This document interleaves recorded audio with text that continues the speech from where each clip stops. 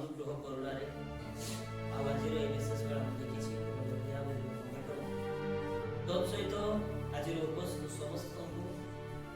ଆଉ ପ୍ରଭୁ ଦାସର ଦାସତ୍ୱ ପ୍ରଭୁ ଯଥେଷ୍ଟଙ୍କ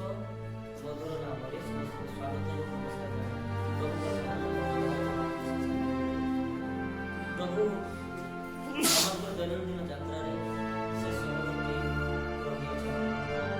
ଯଦ୍ୱାରା ଆମେ ଜୀବିତ ଅବସ୍ଥାରେ ଅଛୁ ଆଉ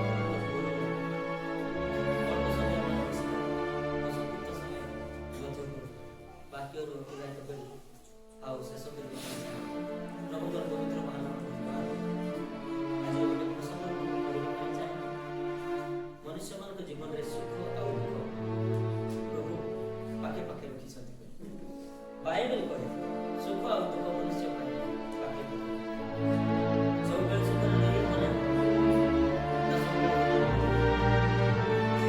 କେତେବେଳେ ଦୁଃଖ ଅଛି କେତେବେଳେ ସୁଖ ଅଛି ମନୁଷ୍ୟକୁ ପ୍ରଭୁ ସୁଖ ଏବଂ ଦୁଃଖ ପାଖେ ପାଖେ ରଖିଛନ୍ତି ଗୋଟିଏ ପଦ ପଢିକି ଆମେ ଆଜିର ବାକ୍ୟ ପଦକୁ ଯିବା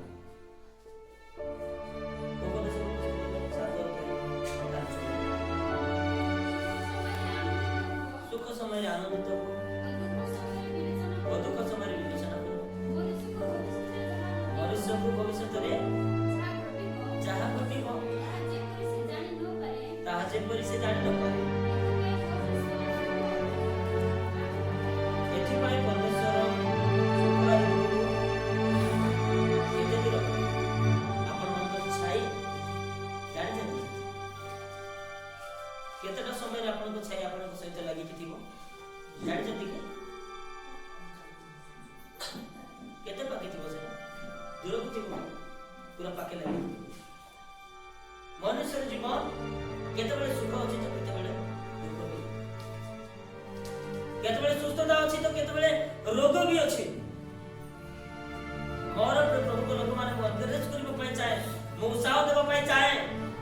ଆମେ ଯୋଉ ଜଗତରେ ବାସ କରୁଛୁ ଆମେ ଯୋଉ ପୃଥିବୀରେ ଅଛୁ ଆମେ ଯୋଉ ଗାଁରେ ରହୁଛୁ ଆମେ ଯୋଉ ସହରରେ ରହୁଛୁ ଏ ଜଗତ ଏ ଜଗତ ଦୁଃଖ ଜଗତ ଏ ଜଗତ ସମସ୍ୟାର ଜଗତ ଏ ଜଗତ ଆପଦପୂର୍ଣ୍ଣ ଜଗତ ଏ ଜଗତରେ ବିପଦ ଅଛି ଏବେ ଠିକ ଅଛି ତ ଆସନ୍ତାକାଲି ଠିକ ନଥାଇପାର ମନୁଷ୍ୟକୁ ଭବିଷ୍ୟତରେ ଯେପରି ସେ ଜାଣି ନପାରେ ଆମକୁ ଜଣା ନାହିଁ ଆମେ କେବଳ ମୋମେଣ୍ଟ ଜାଣିଛୁ ଆମ ସମ୍ମୁଖ ବିଷୟ ଆମେ ଜାଣିଛୁ କିନ୍ତୁ ଆମର ଉତ୍ତାରେ ଘଣ୍ଟାଟି ପରେ କଣ ହେବ ସେଇ କଥା ଆଉ କ୍ଲିୟରଲି ଆମେ ଜାଣି ନାହୁଁ ମନୁଷ୍ୟକୁ ଭବିଷ୍ୟତରେ ମନୁଷ୍ୟକୁ ଭବିଷ୍ୟତରେ ଯାହା ଘଟିବ ତାହା ଯେପରି ସେ ଜାଣି ନପାରେ ଆମେ ଜାଣିନାହୁଁ ଆଜି ଦିନ ପରେ ଆମର କଣ ହେବ ଆମେ ଜାଣିନାହୁଁ ଏ ମୁହୂର୍ତ୍ତ ପରେ ମୋର କଣ ହେବ ମୁଁ ଜାଣେ ନା ମନୁଷ୍ୟର ଜୀବନ ସେ ପ୍ରକାର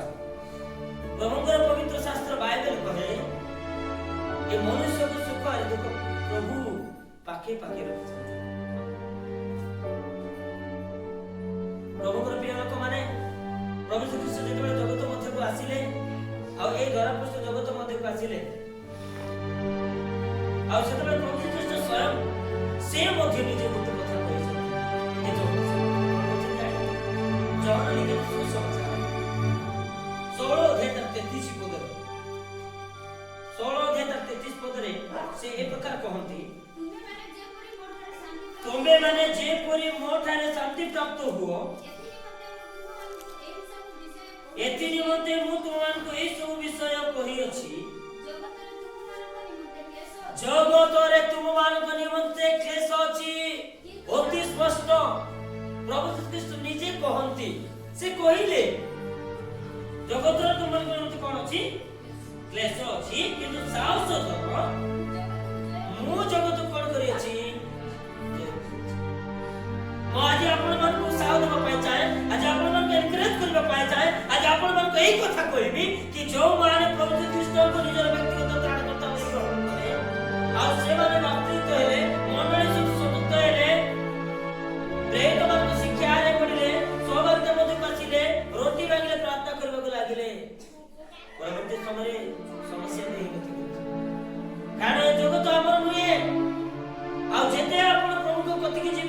ସେତେ ଆପଣଙ୍କ ପାଇଁ ଜଗତ ଘୃଣା କରିବ।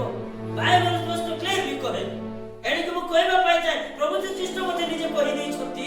ଯେ କଣ କହିଛନ୍ତି ଜଗତରେ ତୁମମାନଙ୍କର ମତେ କଣ ଅଛି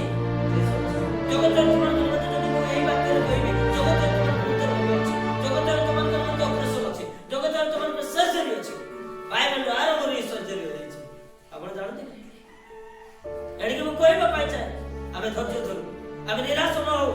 କାରଣ ପ୍ରଭୁ ଆମମାନଙ୍କ ସହିତ ଅଛନ୍ତି। ତୁମେମାନେ ଯେପରି ମୋ ଠାରେ ଶାନ୍ତି ପ୍ରାପ୍ତ ହୁଅ ଏଥି ନିମନ୍ତେ ମୁଁ ତୁମମାନଙ୍କୁ ଏହି ସବୁ ବିଷୟ କହିଅଛି ଜଗତରେ ତୁମମାନଙ୍କ ନିମନ୍ତେ କ୍ଲେଶ ଅଛି ଜଗତରେ ତୁମମାନଙ୍କ ନିମନ୍ତେ ରୋଗ ଅଛି। ମୋର ପ୍ରିୟ ପ୍ରଭୁଙ୍କ ଲୋକମାନେ କାରଣ ଏ ଜଗତ ଗୋଟେ ରୋଗର ଜଗତ ଅଟେ। କାରଣ ଏ ଯୋଉ ଶରୀର ଆମେ ଧରିକି ବସବାସ କରୁଛୁ ଏ ଶରୀର ଯେତେ ଦିନ ଥିବ ଏ ଜଗତରେ ଥିବା ପର୍ଯ୍ୟନ୍ତ ଆମ ଶରୀରରେ ରୋଗ ଏଣ୍ଟ୍ରି କରୁଥିବ